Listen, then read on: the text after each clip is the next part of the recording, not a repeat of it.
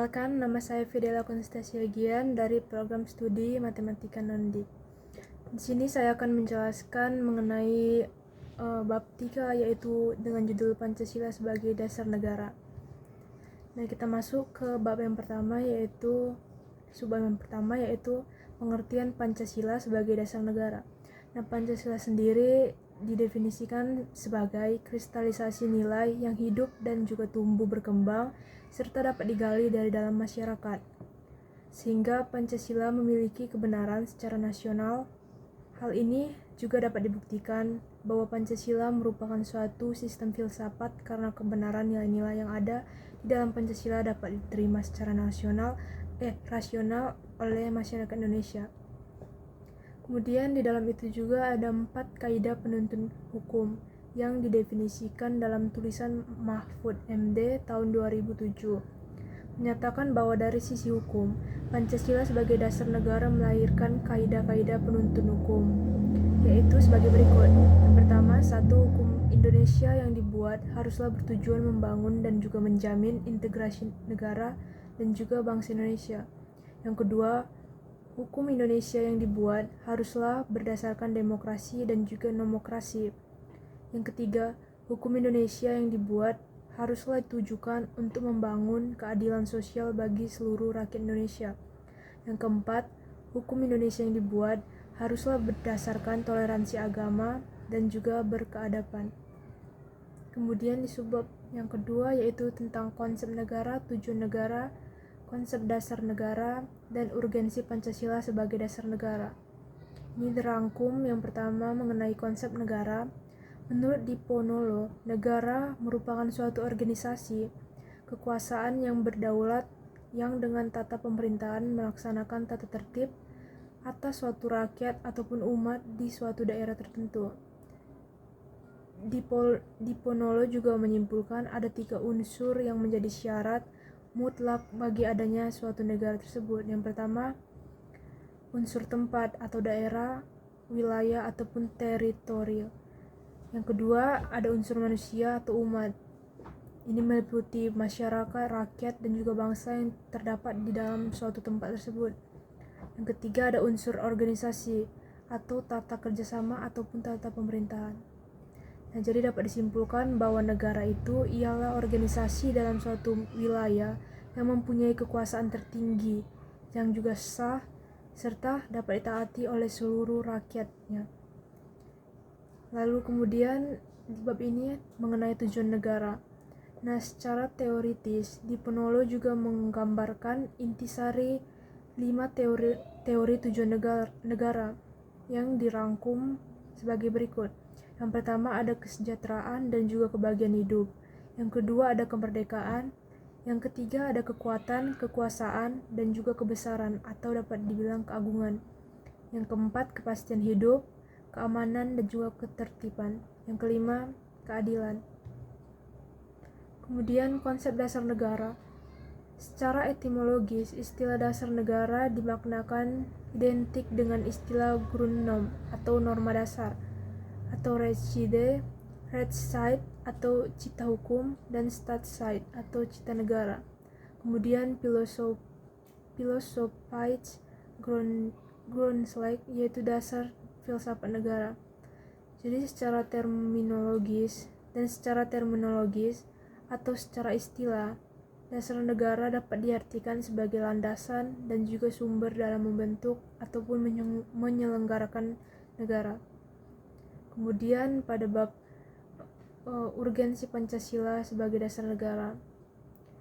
Nah, untuk memahami urgensi Pancasila sendiri sebagai dasar negara dapat dilakukan dengan melalui 2 pendekatan, yaitu institusional dan juga human research. Pendekatan secara institusional menekankan pada pembentukan dan juga penyelenggaraan negara berdasarkan nilai-nilai Pancasila, sehingga Indonesia sendiri dapat menjadi negara modern yang mampu memenuhi tujuan negara dan juga kepentingan nasional serta menciptakan masyarakat yang adil dan juga makmur. Sedangkan dalam melalui pendekatan human research, ini berfokus pada aparatur negara sendiri yang menjalankan nilai-nilai Pancasila secara murni konsisten dalam melakukan tugas dan tanggung jawab mereka, sehingga sendiri pun kebijakan yang dihasilkan dapat mencerminkan kepentingan bangsa dan juga negara. Kemudian di bab yang ketiga mengenai Pancasila dalam Undang-Undang 1945. Dan ini dirangkum secara 3 judul. Yang pertama, Pancasila merupakan asas kerohanian dan juga pembukaan. Asas kerohanian dari pembukaan UUD Undang-Undang Dasar 1945 sebagai Stats Fundamental Norm. Yang kedua, pembukaan Undang-Undang Dasar 1945 dikristalisasikan dalam wujud pokok-pokok pikiran yang terkandung dalam pembukaan Undang-Undang Dasar itu sendiri. Yang ketiga, pokok-pokok pikiran yang terkandung dalam pembukaan Undang-Undang 1945 terjelma dalam pasal-pasal Undang-Undang Dasar. Kemudian bab terakhir, implementasi Pancasila.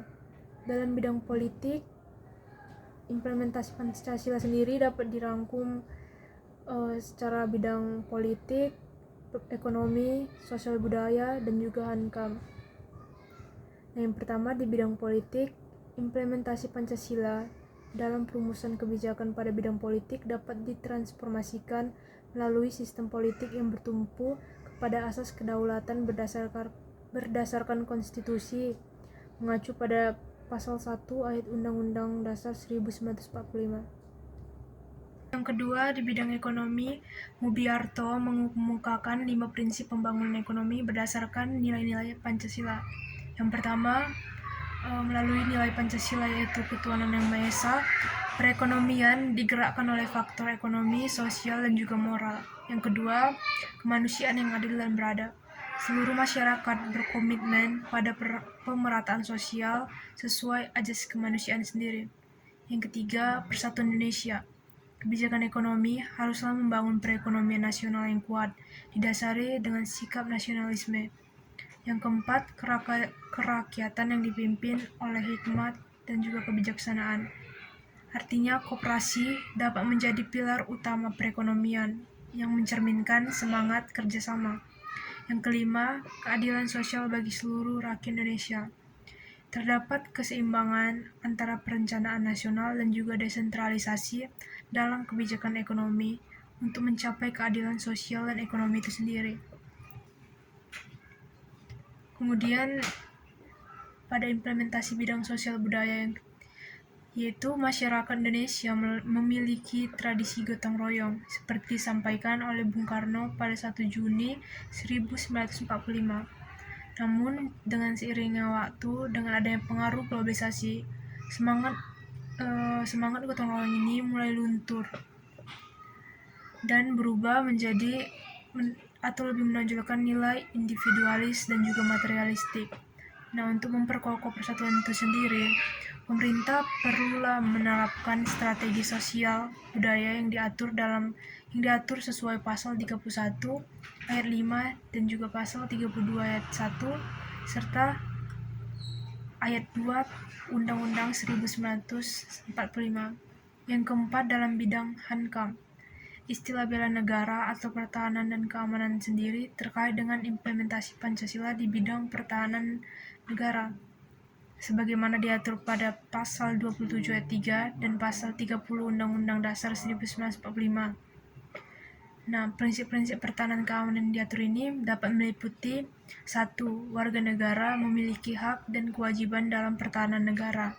Ini dimuat dalam pasal 30 ayat 1. Yang kedua, sistem pertahanan yang dianut adalah Shin-San Kamrata, yaitu di mana TNI dan juga Polri adalah kekuatan utama rakyat atau negara, sedangkan rakyat adalah kekuatan pendukungnya. Yang ketiga, tugas TNI, yaitu menjaga keutuhan dan juga kedaulatan rakyat sendiri. Yang keempat, tugas Polri, menjaga keamanan, ketertiban, serta melindungi dan melayani masyarakat. Ini dapat menegaskan bahwa pertahanan negara adalah tanggung jawab bersama, tanggung jawab TNI, Polri, dan juga seluruh rakyat Indonesia.